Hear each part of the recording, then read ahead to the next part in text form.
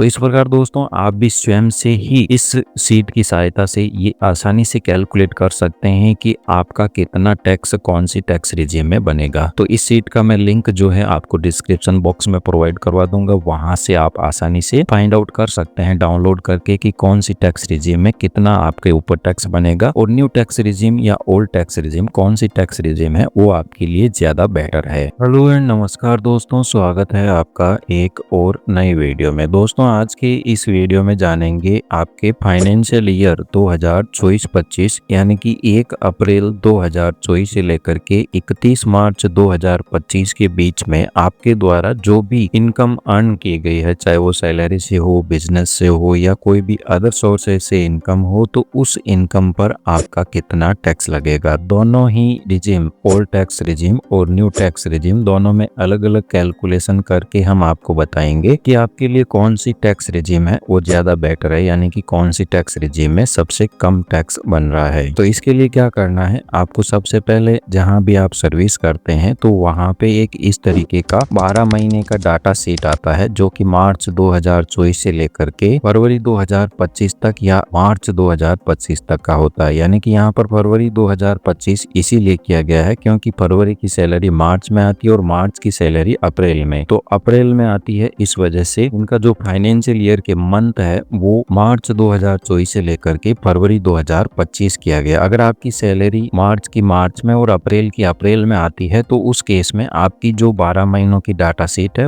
वो अप्रैल 2024 से मार्च 2025 के बीच में डाउनलोड कर लेनी है। तो चलिए दोस्तों, बिना किसी देरी के वीडियो को शुरू करते हैं। उससे पहले अगर आप चैनल पर नए हो तो चैनल को सब्सक्राइब और वीडियो को लाइक जरूर कर दीजिएगा, ताकि मेरे को ऐसे और वीडियो बनाने के लिए मोटिवेशन मिलता रहे। तो इसके लिए क्या करना है, आपको एक एक्सेल शीट इस प्रकार की है, जिसका मैं लिंक आपको डिस्क्रिप्शन बॉक्स में प्रोवाइड करवा दूंगा, वहां से आप डाउनलोड कर सकते हैं। तो इस शीट में आपको जो मास्टर कॉलम है ये और GA 55 या मतलब जो 12 महीनों का सैलरी डाटा होता है वो आप इंसर्ट कर देंगे, तो ये ऑटोमेटिकली आपको बता देगा कि आपके लिए न्यू टैक्स रिजीम में कितना टैक्स बनेगा और ओल्ड टैक्स रिजीम में आपके लिए कितना टैक्स बनेगा, यानी कि कौन सी टैक्स रिजीम है वो आपके फाइनेंशियल ईयर 2024-25 यानी कि असेसमेंट ईयर 2025-26 के लिए बेनिफिशियर है। तो इसके लिए क्या करना है, इसको कैसे यूज करना है, इसके बारे में यहाँ पर फर्स्ट शीट में इसकी पूरी डिटेल्स दी हुई है। सेकंड यहाँ पर मास्टर शीट है, तो इसमें क्या करना है, आपके कार्यालय का जो भी नाम हो वो आपको यहाँ पर पुटअप कर देना है। कार्यालय का जो टैन नंबर होता है, यानी कि जिसके बेस पे आपका सैलरी में से टैक्स कटा के ऑफिस द्वारा डिपॉजिट करवाया जाता है, हर एक का टैन नंबर अलग अलग होता है। इसके बाद में DDU यानी कि जो आपको सैलरी देने वाला बंदा है उसका क्या नाम है। यहाँ पर कार्मिक के नाम में आपका नाम आ जाएगा, यानी कि आपका क्या नाम है वो आपको लिख देना है। आपकी पोस्ट किया, यानी कि जहाँ भी आप काम करते हैं, चाहे टीचर है, चाहे कांस्टेबल है या कोई भी अदर पोस्ट है, तो उस पोस्ट का नाम आपको लिख देना है। अगर आप गवर्नमेंट सर्विस में हैं तो यहाँ पर जो है आपको लेवल सेलेक्ट करना है, यानी कि आप कौन से लेवल पे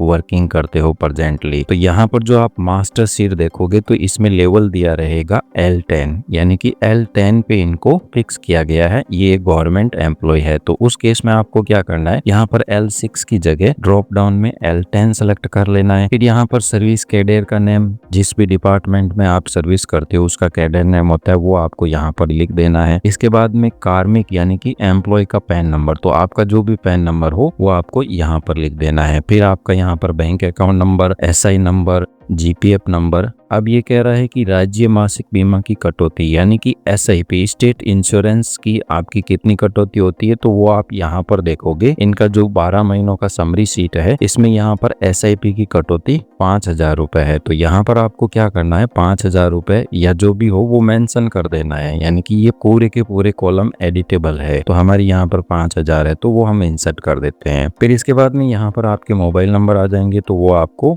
यहाँ पर लिख देने हैं। फिर ये कह रहा है कि मार्च 2024 या अप्रैल 2024 का मूल सैलरी, यानी कि अगर आपके जो महीने हैं अप्रैल से या मार्च से स्टार्ट होते हैं तो उसमें आपका जो बेसिक है वो कितना है। तो यहाँ पर जो बेसिक आप देखोगे ना 46,700 है, तो वो आपको यहाँ पर लिख देना है 46,700 रुपीज। फिर आपको जो HRA मिलता है उसका परसेंटेज क्या है, तो HRA 2 ही परसेंटेज से मिलता है। अगर आप शहरी सेक्टर से बिलोंग करते हो तो उस केस में 20% HRA है, और अगर आप ग्रामीण ग्रामीण क्षेत्र में कहीं अपनी सेवाएं प्रोवाइड करवा रहे हो तो उस केस में 10% है। तो यहाँ पे एचआरए की रेट सेलेक्ट कर लेनी है। फिर ये कह रहा है कि अगर आपने सरेंडर लिया, यानी कि अगर आपको पीएल मिलती है और पीएल के बदले आपने सैलरी उठाई है, तो वो आपको लिख देना है लिया है या नहीं लिया है। जैसे यहाँ पर जो है सरेंडर बिल इनका कितना है, 35,025 रुपए, यानी कि जून के महीनों में इन्होंने सरेंडर उठाया है और वो 35,000 रुपए है। तो यहाँ पर हमें यस कर देना, हाँ हमने सरेंडर लिया है और कौन से महीने में लिया है, जून के महीने में लिया है, तो उस केस में यहाँ पर मंथ 6 आ जाएगा। फिर अगर कोई ऐसा प्रीमियम LIC वगैरह का है जो आपकी सैलरी में से डिडक्ट होता है, तो उस केस में वो लिख देना। जैसे यहाँ पर LIC इनकी जो सैलरी में से डिडक्ट होती है 1873 रुपए। अगर आपकी नहीं डिडक्ट होती है तो यहाँ पर 0 कर देना है, और अगर डिडक्ट होती है तो वो 1873 यहाँ पर लिख देना है। फिर ये कह रहा है सामूहिक दुर्घटना बीमा प्रीमियम यानी कि GIS कितना है, और अगर नहीं है तो उस केस में इसको यहाँ पर 0 कर देना है। तो जो भी डिडक्शन आपके ऊपर एप्लीकेबल नहीं हो, या तो उसको हटा देना है या डिलीट कर देना है। फिर ये कह रहा है कि आपको बोनस मिला, यानी कि दीपावली का बोनस मिला या नहीं, तो यहाँ पर आप देखोगे बोनस इनको 6,774 रुपए मिला हुआ है, तो उस केस में यस बोनस मिला है। फिर ये कह रहा है स्पेशल पे अगर आपको किसी भी प्रकार का मिलता है, तो हमें किसी भी प्रकार का, यहाँ पर आप देखोगे इनकी जो ग्रॉस सैलरी के कंपोनेंट है इसमें किसी भी प्रकार का स्पेशल पे नहीं है, तो यहाँ पर हम नो कर देंगे। स्पेशल पे हमें जो है नहीं मिलता है, तो जो 60 है उसको 0 कर देना है, यानी कि यहाँ पर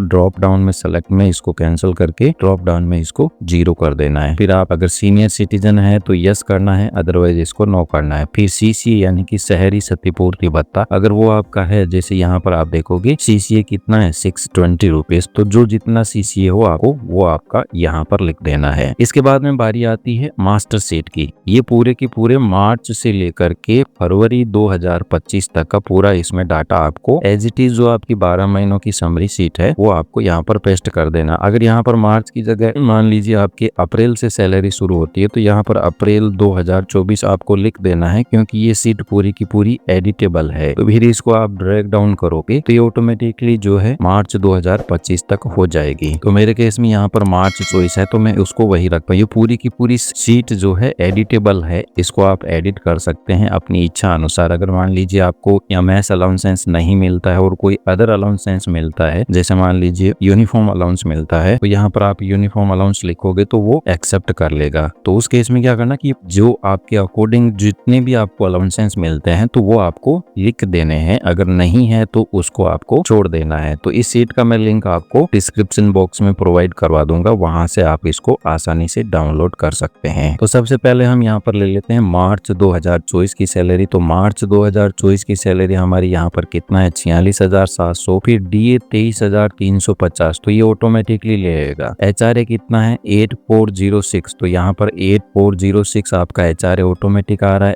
HDA यानी कि हार्ड ड्यूटी अलाउंसेंस हमारा कितना है 5838, तो ये भी ऑटोमेटिकली ही ले लेगा। फिर इसके बाद में मैस अलाउंसेंस हमारा 2400 रुपए, CCA 620 रुपए, ये ऑटोमेटिकली डाटा ऑटोमेटिकली आ जाएगा जहां से आपने पिटअप किया था। इसके बाद में FTA हमारा 750 है, तो FTA यहाँ पर कहीं पर भी नहीं है, तो उस केस में यहाँ पर क्या लगना है, यहाँ पर क्या करना है आपको, जो स्पेशल पे है इसको यहाँ पर आपको लिख देना है FTA, और FTA आपका कितना है 750 रुपीज। तो ये जैसे आप 750 लिखोगे तो ये मार्च से लेकर के फरवरी 2025 तक 750 ऑटोमेटिकली यहाँ पर आ जाएगा। अब अगर आपको कोई अदर अलाउंसेंस मिलता है जो यहाँ पर नहीं हो, तो उस केस में इस कॉलम को आप एडिट करके यहाँ पर जो अलाउंसेंस आपको मिल रहा है सैलरी के साथ में वो लिख सकते हो। अब यहाँ पर ग्रॉस सैलरी कितनी है 88,064 रुपए, जो कि हमारी इससे मैच हो रही है 88,064। इसके बाद में हमें डिडक्शन का कॉलम ले लेना है। तो डिडक्शन में सबसे पहला हमारा डिडक्शन है 4200 रुपए का इनकम टैक्स। तो यहाँ पर इनकम टैक्स का कॉलम है, तो यहाँ पर आपको सिंपली एंटर कर देना है 4200 रुपए। तो जैसे ही 4200 एंटर करोगे तो ये सभी जगह 4200 एक्सेप्ट कर लेगा। इसके बाद में नेक्स्ट आता है GPF हमारा 12,000 है, तो यहाँ पर GPF में एंटर कर देना है 12,000 रुपए। तो ये ऑटोमेटिकली जब नहीं ले तो उस केस में इसको आपको कॉपी कर लेना है और फरवरी 2025 यानी कि अंतिम फाइनेंशियल मंथ तक आपको इसको एंटर कर देना है। फिर GPF के बाद में हमारा यहाँ पर आ जाता है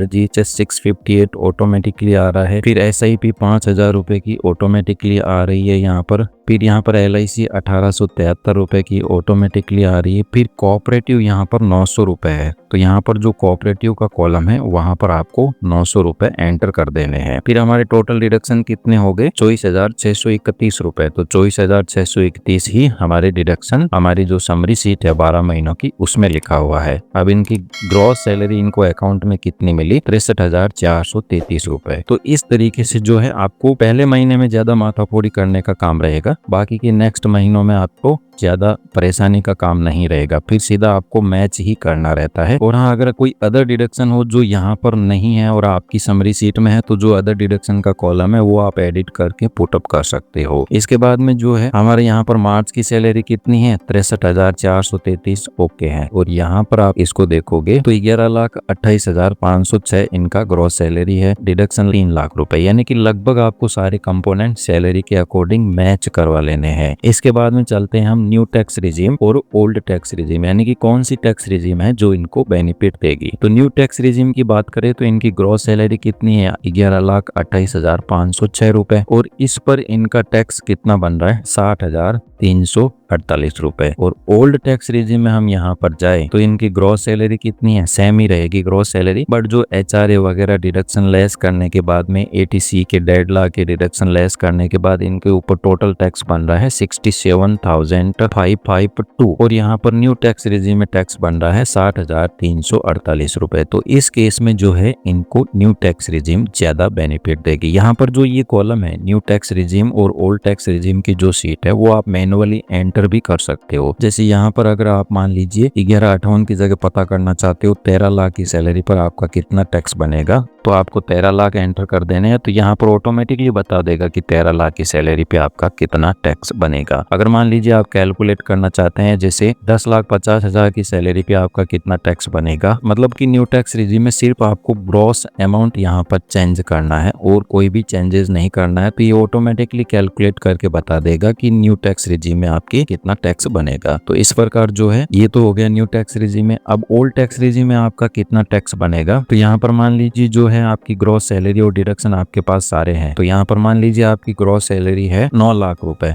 तो यहाँ पर जो है आप 9 लाख रुपए एंटर कर दीजिए। फिर अगर HRA की आपको छूट मिलती है तो वो आप यहाँ पर एंटर कर दीजिए। अगर HRA की मान लीजिए आप 60,000 की छूट लेना चाहते हो तो 60,000 यहाँ पर आपको एंटर कर देना है। और अगर HRA की 60,000 की छूट लेना चाहते हो तो 60,000 एंटर कर देना है। और अगर HRA की छूट नहीं लेना चाहते हो तो 0 एंटर कर देना है। मान लीजिए हम यहाँ पर 60,000 की HRA की छूट लेना चाहते हैं तो 60,000 HRA एंटर कर दिया। इसके बाद में स्टैंडर्ड डिडक्शन ऑटोमेटिकली आ गया। अब अगर आपका होम लोन इंटरेस्ट हो तो यहाँ पर होम लोन इंटरेस्ट एंटर कर देना। जैसे यहाँ पर मान लीजिए आपका होम लोन इंटरेस्ट नहीं है तो उस केस में 0 भी कर सकते हो, और अगर है तो जितना है मान लीजिए 1,20,000 है तो वो एंटर कर दीजिए, अगर नहीं है तो डिलीट कर दीजिए। तो इस प्रकार जो है आप इसको मैनुअली एडिट भी कर सकते हो। इसके बाद में जो ATC के डिडक्शन है वो आप यहाँ पर एंटर कर सकते हो, जैसे ATCC D1 B NPS सब कुछ। यहाँ पर जैसे मान लीजिए ट्यूशन फीस हम एंटर कर देते हैं 50,000 रुपए, तो ऑटोमेटिकली यहाँ पर हमारी टोटल चेंज हो जाएगी। बट जो ATC की डिडक्शन है वो आपको 1.5 लाख रुपए ही मिलती है, तो यहाँ पर 1.5 लाख ही मैक्सिमम अलाउ होगा। इसके बाद में अगर आप ATCC D2 यानी कि एम्प्लॉयर आपका कोई कॉन्ट्रीब्यूशन करता है NPS में, तो वो आपको यहाँ पर एंटर कर देना। जैसे मान लीजिए हमारा एम्प्लॉयर जो है साल के 80,000 रुपए अपनी तरफ से NPS में एंटर करता है, तो यहाँ पर 80,000 रुपए एंटर कर दिया। अब अगर आप खुद से ATCC D1B यानी कि खुद से चलाकर NPS में कोई कॉन्ट्रीब्यूशन करते हो, जैसे मान लीजिए हम 50,000 एंटर करते हैं तो यहाँ पर 50,000 रुपए एंटर कर दिया, तो टोटल डिडक्शन आपका कितना हो गया? 2,80,000 रुपए। अब अगर आप इंश्योरेंस प्रीमियम का भी डिडक्शन क्लेम करना चाहते हैं, जैसे मान लीजिए इंश्योरेंस प्रीमियम है आपका 25,000 रुपए, वो यहाँ पर एंटर कर दीजिए। या फिर सीनियर सिटीजन के लिए 50,000 है तो वो यहाँ पर एंटर कर दीजिए। तो जो डिडक्शन हो आपको एंटर कर देना है। जैसे बचत खाते का ब्याज है वो 10,000 रुपए तक आपको छूट मिलती है, तो मान लीजिए बचत खाते का ब्याज है वो 8,000 रुपए आप छूट लेना चाहते हैं, तो इस प्रकार जो है आपके टोटल डिडक्शन यहाँ पर कितनी हो गई? 3,38,000 रुपए। और यहाँ पर जो आपकी सैलरी है टैक्सेबल सैलरी 4,52,000 रुपए हो गई, यानी कि 5 लाख से कम हो गई। तो 5 लाख से कम होने के केस में आपके ऊपर टैक्स तो बनेगा 10,100 रुपए, बट उसकी जो है आपको सेक्शन 87A में 12,500 रुपए तक छूट मिल जाएगी। तो इस प्रकार आपका जो भी टैक्स है वो नील हो जाएगा। तो इस प्रकार दोस्तों आप भी स्वयं से ही इस सीट की सहायता से ये आसानी से कैलकुलेट कर सकते हैं कि आपका कितना टैक्स कौन सी टैक्स रिजीम में बनेगा। तो इस सीट का मैं लिंक जो है आपको डिस्क्रिप्शन बॉक्स में प्रोवाइड करवा दूंगा, वहां से आप आसानी से फाइंड आउट आउट कर सकते हैं डाउनलोड करके कि कौन सी टैक्स रिजीम में कितना आपके ऊपर टैक्स बनेगा और न्यू टैक्स रिजीम या ओल्ड टैक्स रिजीम कौन सी टैक्स रिजीम है वो आपके लिए ज्यादा बेटर है। तो धन्यवाद दोस्तों, जानकारी अच्छी लगी हो तो चैनल को सब्सक्राइब और वीडियो को लाइक जरूर कर दीजिएगा ताकि मेरे को ऐसे और वीडियो बनाने के लिए मोटिवेशन मिलता रहे।